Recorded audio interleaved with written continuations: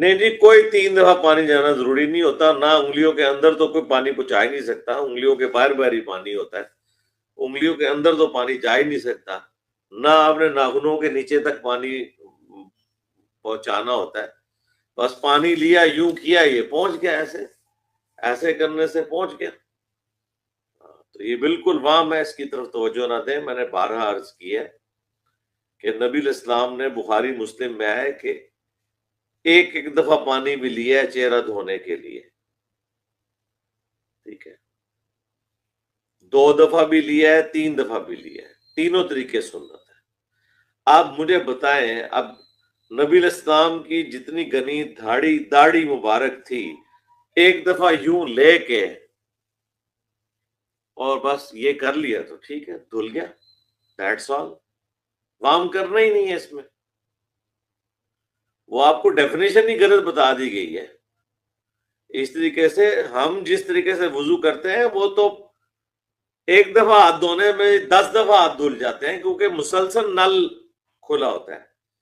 نبی الاسلام تو لوٹے سے وضو فرماتے تھے، مٹی کے برتن سے، اس میں تو پانی تھوڑا سا ہاتھ میں لیا جاتا تھا اور یوں کر کے یوں۔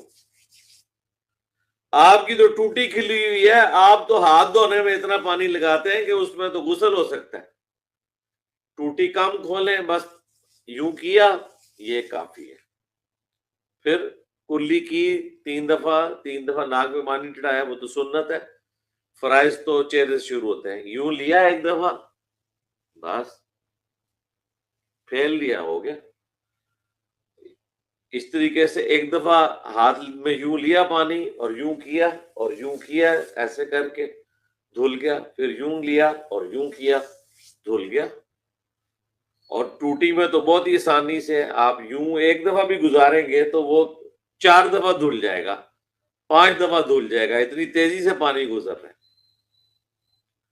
ابھی بھی اگر آپ نے یہ چیز دیکھنی ہے نا، چلیں آپ کی آسانی کے لیے، باقی بھی بچوں کے لیے، موریتانیہ ایک ایسی جگہ ہے،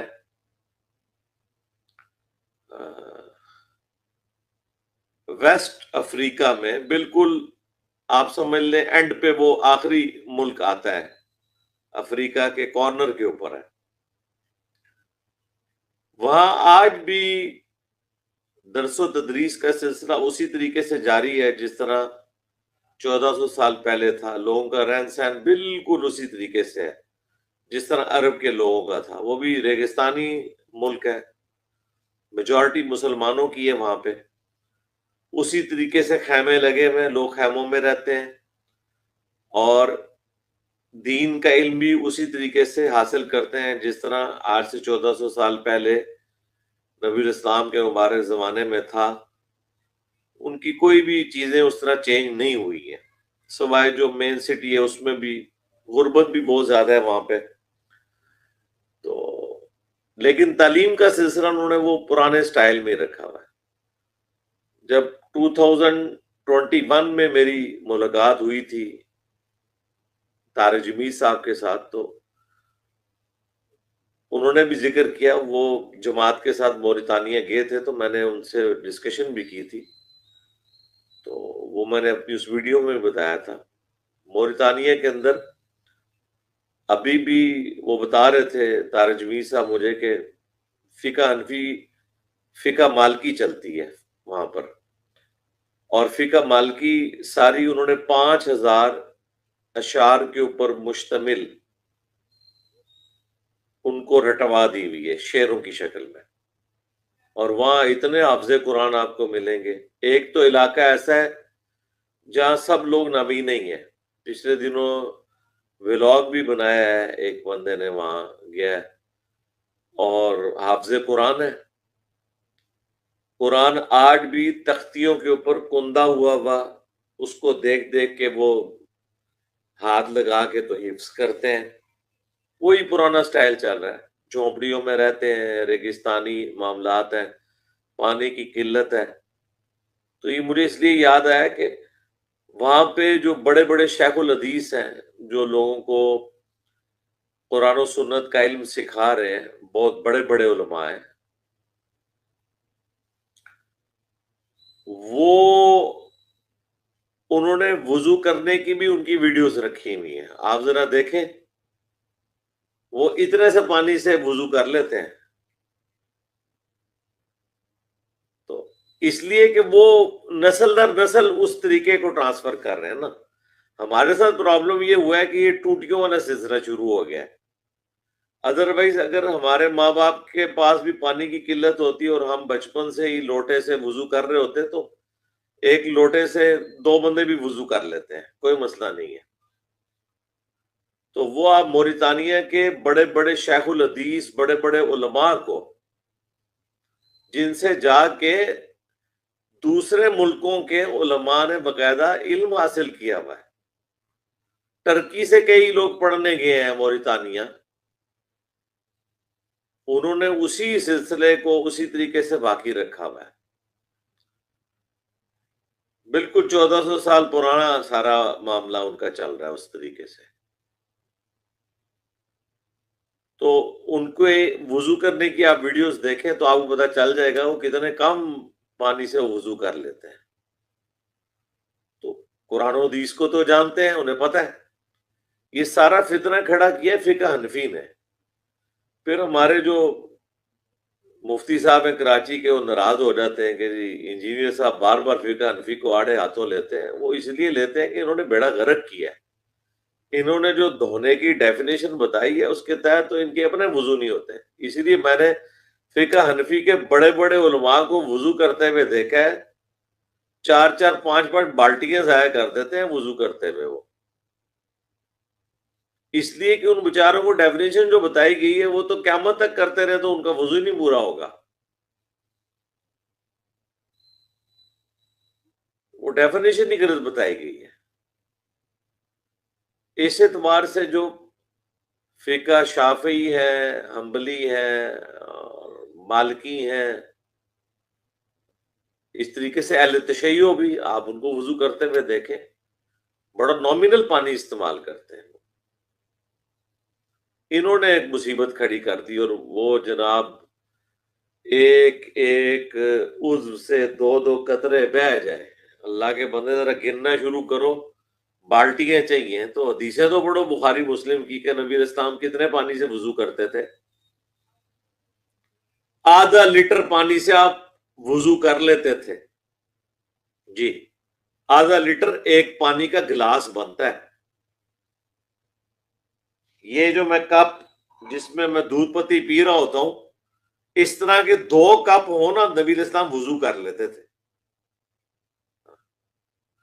اور بالٹی کا چوتھا حصہ، جو ہمارے گھر عموماً بالٹی ہیں، چوتھا حصہ اس سے غسل فرما لیتے تھے.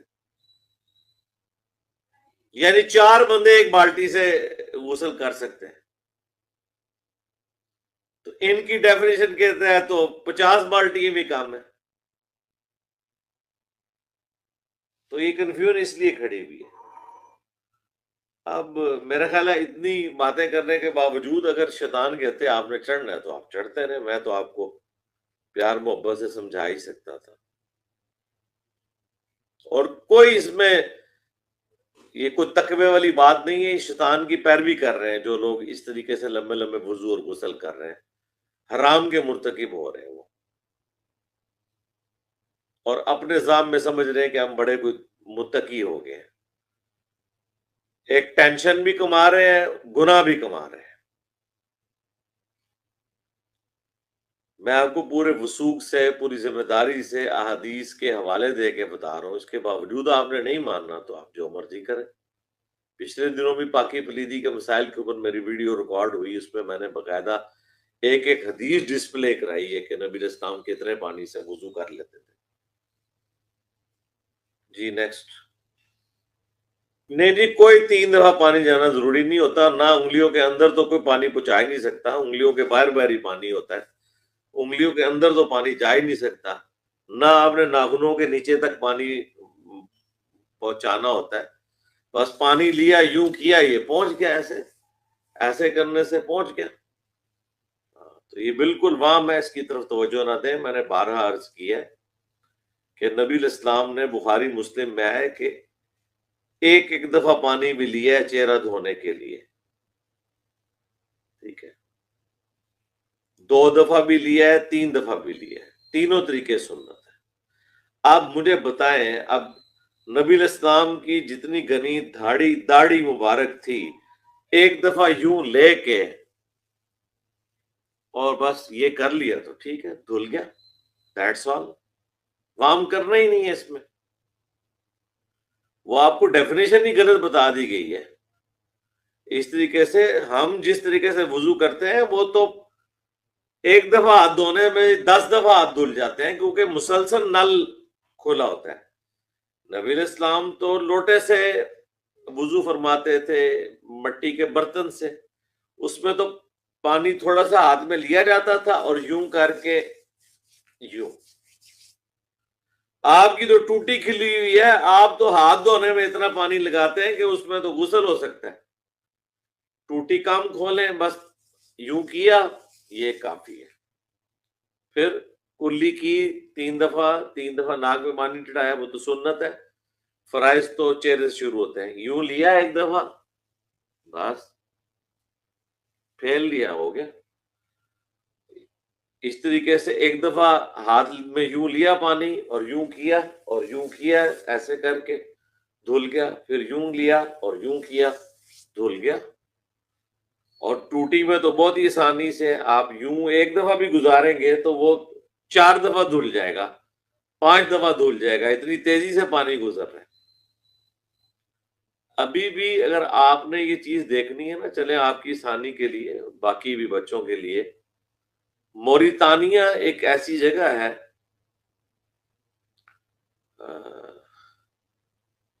ویسٹ افریقہ میں، بالکل آپ سمجھ لیں اینڈ پہ وہ آخری ملک آتا ہے، افریقہ کے کارنر کے اوپر ہے۔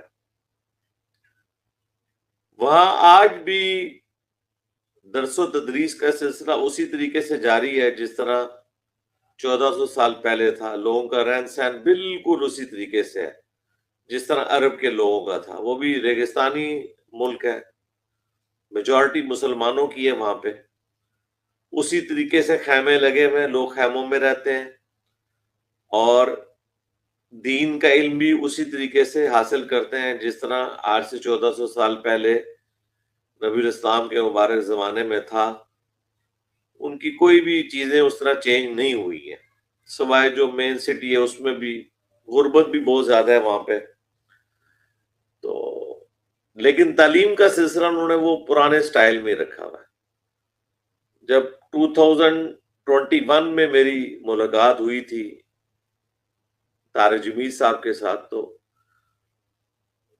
انہوں نے بھی ذکر کیا، وہ جماعت کے ساتھ موریتانیہ گئے تھے، تو میں نے ان سے ڈسکشن بھی کی تھی، تو وہ میں نے اپنی اس ویڈیو میں بتایا تھا۔ موریتانیہ کے اندر ابھی بھی وہ بتا رہے تھے طارق جمیل صاحب مجھے کہ فقہ حنفی، فقہ مالکی چلتی ہے وہاں پر، اور فقہ مالکی ساری انہوں نے 5000 اشعار کے اوپر مشتمل ان کو رٹوا دی ہوئی ہے شعروں کی شکل میں، اور وہاں اتنے حافظ قرآن آپ کو ملیں گے۔ ایک تو علاقہ ایسا ہے جہاں سب لوگ نابینا ہی ہیں۔ پچھلے دنوں ولاگ بھی بنایا ہے ایک بندے نے، وہاں گیا ہے اور حافظ قرآن ہے۔ قرآن آج بھی تختیوں کے اوپر کندہ ہوا اس کو دیکھ دیکھ کے وہ ہاتھ لگا کے تو حفظ کرتے ہیں۔ وہی پرانا سٹائل چل رہا ہے، جھونپڑیوں میں رہتے ہیں، ریگستانی معاملات ہیں، پانی کی قلت ہے۔ تو یہ مجھے اس لیے یاد آیا کہ وہاں پہ جو بڑے بڑے شیخ الحدیث ہیں، جو لوگوں کو قرآن و سنت کا علم سکھا رہے ہیں، بہت بڑے بڑے علماء ہیں، وہ انہوں نے وضو کرنے کی بھی ان کی ویڈیوز رکھی ہوئی ہیں، آپ ذرا دیکھیں، وہ اتنے سے پانی سے وضو کر لیتے ہیں۔ تو اس لیے کہ وہ نسل در نسل اس طریقے کو ٹرانسفر کر رہے ہیں نا۔ ہمارے ساتھ پرابلم یہ ہوا ہے کہ یہ ٹوٹیوں والا سلسلہ شروع ہو گیا ہے۔ ادروائز اگر ہمارے ماں باپ کے پاس بھی پانی کی قلت ہوتی اور ہم بچپن سے ہی لوٹے سے وضو کر رہے ہوتے تو ایک لوٹے سے 2 بندے بھی وضو کر لیتے ہیں، کوئی مسئلہ نہیں ہے۔ تو وہ آپ موریتانیہ کے بڑے بڑے شیخ الحدیث، بڑے بڑے علماء کو، جن سے جا کے دوسرے ملکوں کے علماء نے باقاعدہ علم حاصل کیا ہوا ہے. ٹرکی سے کئی لوگ پڑھنے گئے ہیں موریتانیہ، انہوں نے اسی سلسلے کو اسی طریقے سے باقی رکھا ہوا ہے. بالکل 1400 سال پرانا سارا معاملہ ان کا چل رہا ہے اس طریقے سے. تو ان کو وضو کرنے کی آپ ویڈیوز دیکھیں تو آپ کو پتہ چل جائے گا وہ کتنے کم پانی سے وضو کر لیتے ہیں. تو قرآن و حدیث کو تو جانتے ہیں، انہیں پتہ ہے. یہ سارا فتنہ کھڑا کیا فقہ حنفی نے. پھر ہمارے جو مفتی صاحب ہیں کراچی کے، وہ ناراض ہو جاتے ہیں کہ جی انجینئر صاحب بار بار فقہ حنفی کو آڑے ہاتھوں لیتے ہیں. وہ اس لیے لیتے ہیں کہ انہوں نے بیڑا غرق کیا ہے.